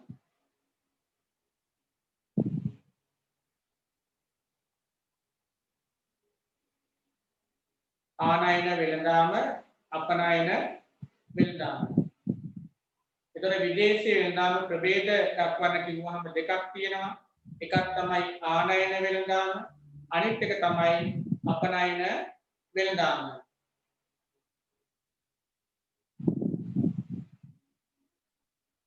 පොතේ තුන්වෙනි එක අපි එතන ඉන්න ඕනේ මේ ආනයන වෙළඳාම කියන එකයි එන්න ඕනේ. ඒක හදාගන්න එතන වැරදිනා. ආනයන වෙළඳාම උදාහරණ සහිතව හඳුන්වන්න කියනවා. ඒක හදාගන්න. එතන ආනයන කියන වචනේ එන්න ඕනේ. ආනයන වෙනදාම උදාහරණ සහිතව හඳුන්වන්න.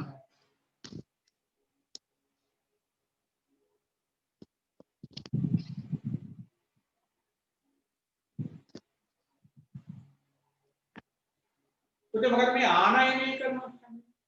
උදේ ආනයනය කරනවා කියලා කියන්නේ මේ යම් කිසි රටක් විදේශීය රටකින් හෝ රටවල් කීපයකින් මේ භාණ්ඩ මෙහාට ගෙනනවා. මේ ගෙන්වීම අපි හඳුනා ගන්නවා ආනයනය කියලා. උදේ ගොඩක් වෙලාවට අපිට අපි මේ වගේ ආනයන අපනයන ක්‍රියාවලියකට යන්නේ හේතුව තමයි ඔයා දන්නවා අපේ කාල ගුණයත් එක්ක භූවිෂමතාවයත් එක්ක අපිට ආවේනික භාග කියනවා නේ. ඒතකොට ඒ වගේ ඒවා වෙනස් රටවල් වල නැති වෙන්න පුළුවන්. දැන් එතකොට මොකද වෙන්නේ? අපේ භූවිෂමතාවය අනුව අපිට ආවේනික භාග කියනවා. විශේෂයෙන්ම තේ වගේ දේවල් ගත්තාම තේ ගත්තාම රබර් ගත්තාම නේ දැන් අපෝ නිගයින් දැන් මේ පොල් ගන්න බෑ නේද? ඊළඟ විශේෂම ඊළඟ දැන් ඉස්සරහට ඉන්න ඇඟලුම් තියෙනවා. මේ වගේ දේවල් අපි ඒව දැන් අපි නෝ තේ ගන්නකො තේ ගන්නකො පළවෙනි ආනයන අපනයන භෝගයක් නේ. ඒතර අපි අපේ තේ අපි වෙනත් රටවල් වලට අපි විකුණනවා. දැන් උදාහරණයක් ගත්තාම අපි හිතමු මේ ඉරානය ගන්නකො. අපි ඉරානය අපේ හොඳ ගැනුම් කරුවෙක් ඉරානය කියන්නේ. ඒ ගැනුම් කරුවෙක් තමයි ඉරානය කියන්නේ.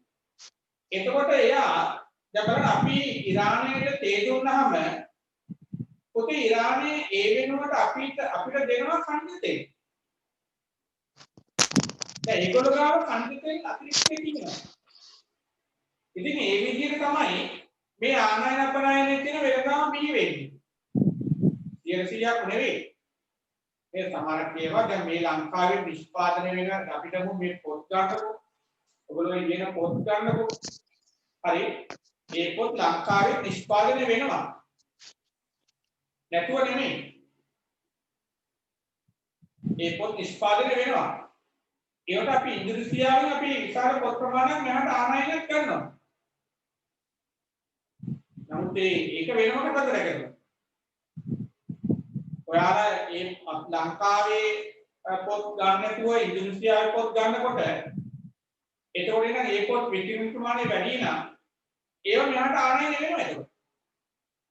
නමුත් ඔයගොල්ලෝ ඒ විදේශ රටවල් නිෂ්පාදනය කරන පොත් මිලදී ගන්න නැතුව අපේ ලංකාවේ නිෂ්පාදනය කරන පොත් නම් මිලදී ගන්නේ. හරි. එතකොට අර ආනයනවත් නේද? ඒවා මිලදී ගන්න නැහැ. ඒකෝ ඒවා විකිරෙන්නේ නැහැ. විකිරෙන්නේ නැත්නම් ඒවා ගෙන්නන්නේ නැහැ. ඒකට පාඩු කියනවා. මේවා තියෙනවා. ඔයගොල්ලෝ මිලදී ගන්න ආකාරය අනුව තමයි ඔක වෙන්නේ නේ. හරිද? හරි. අපි ලියමු ලියන්න මේක තුන්වෙනි එක ආනයන වෙනදාම උදාහරණ සහිත හඳුන්වන්න කියලා කියනවා. අපි ලියමු කිසියම් රටක්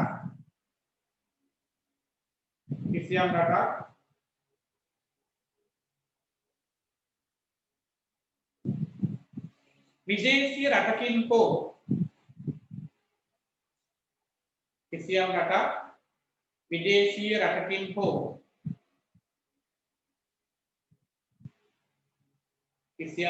විදේශීය රටකින් හෝ රටවලින්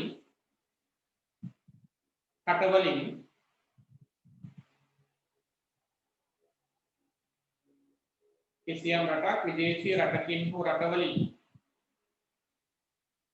භාණ්ඩ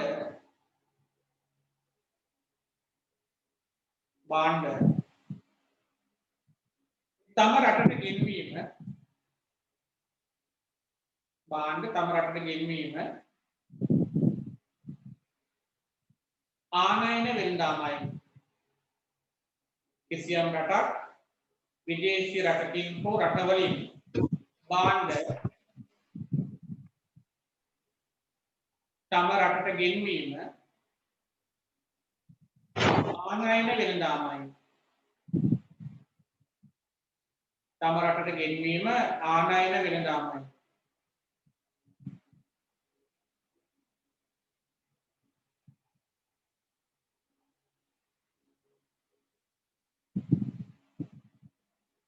උදාහරණ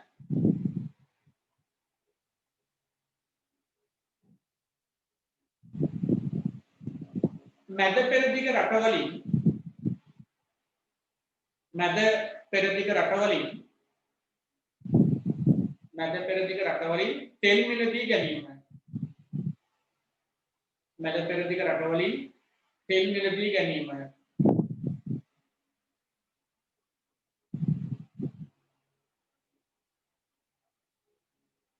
මැද පෙරදිග රටවලින් තෙල් මිලදී ගැනීම.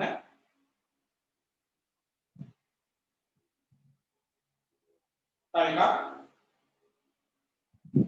ඉන්දියාවෙන් මෝටර රථ මිලදී ගැනීම. ඉන්දියාවෙන් මෝටර රථ මිලදී ගැනීම. මෝටර රථ මිලදී ගැනීම.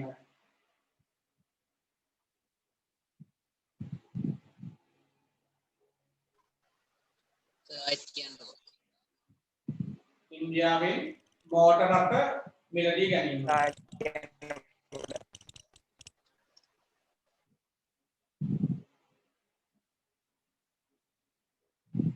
මම මේ හතරවෙනි එකක් කරගම නවත්තන්න. ඒකට අපිට උපකාරක සේවය වෙනදාට පටන් ගන්න පුළුවන් ඈ.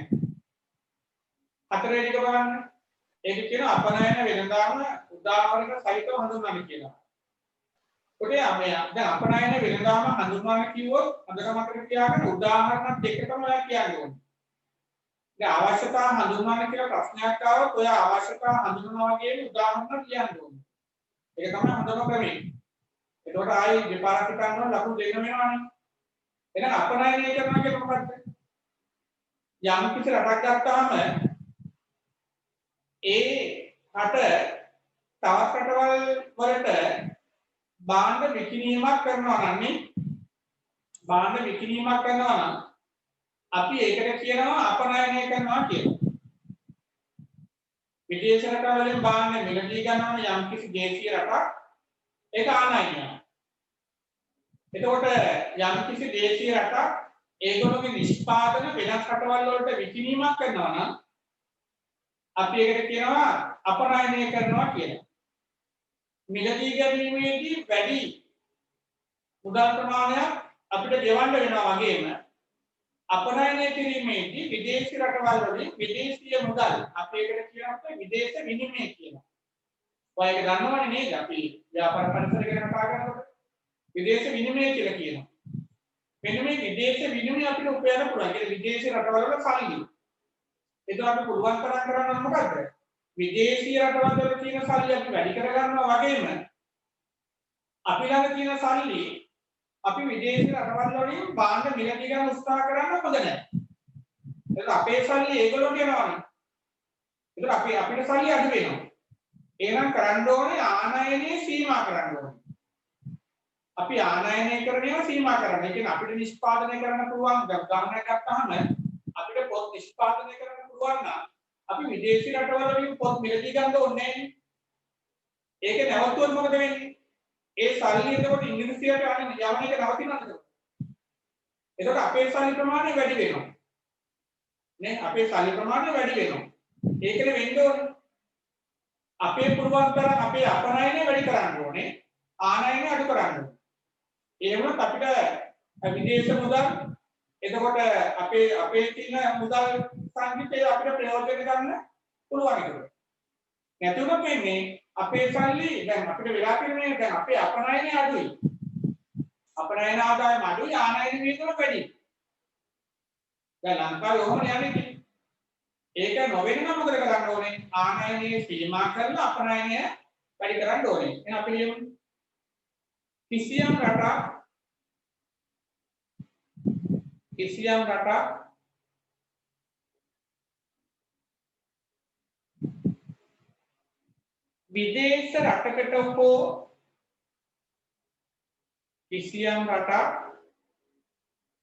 විදේශ රටකට හෝ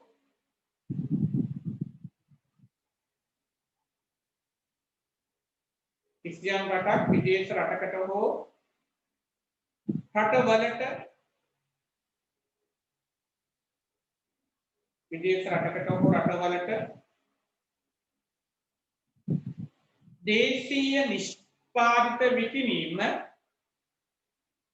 කිසියම් රටක් විදේශ රටකට හෝ රටවලට දේශීය නිෂ්පාදිත විකිණීම අපනයන වෙළඳාමයි.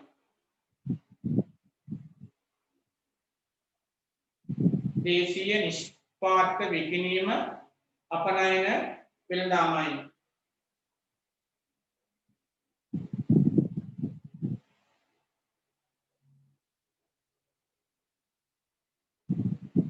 කිසියම් රටක් විදේශ රටකට හෝ රටවලට දේශීය නිෂ්පාදිත විකිණීම ගොඩායි අපනයන වෙළඳාමයි.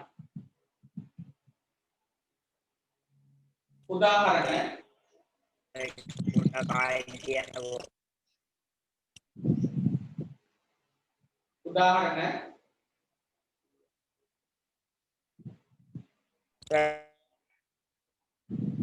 පොඩ්ඩක් ආයෙ කියන්නකෝ.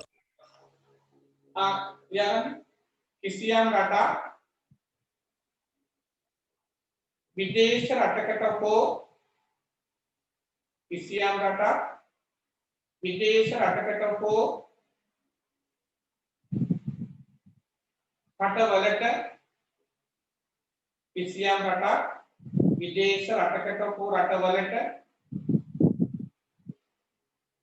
දේශීය නිෂ්පාදිත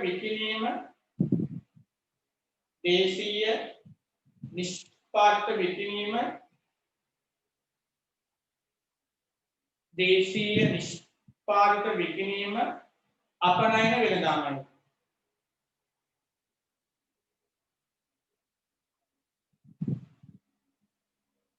වෙළඳාමයි.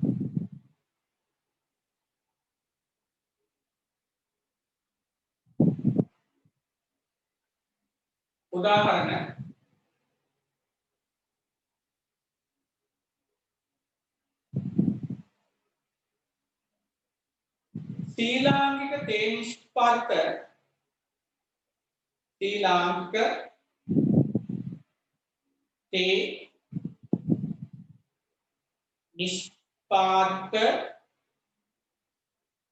ශ්‍රී ලාංකික තේ නිෂ්පාදිත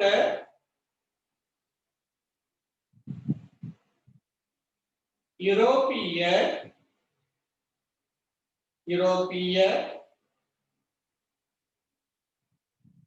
රටවලට විකිණීම. ශ්‍රී ලාංකික තේ නිෂ්පාදිත යුරෝපීය රටවලට විකිණීම.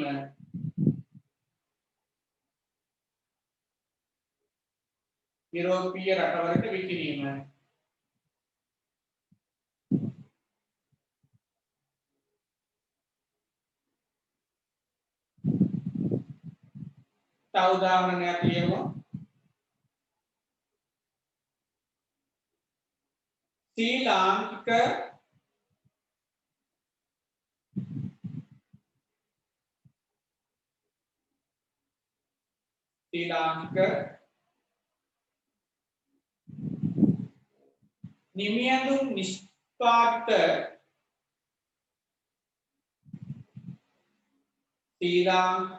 නිමියඳුන් නිෂ්පාදිත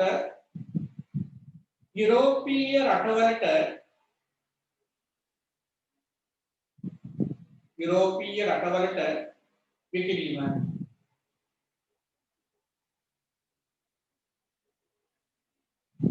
ශ්‍රී ලාංකික නිමියඳුන් නිෂ්පාදිත යුරෝපීය රටවලට විකිණීම.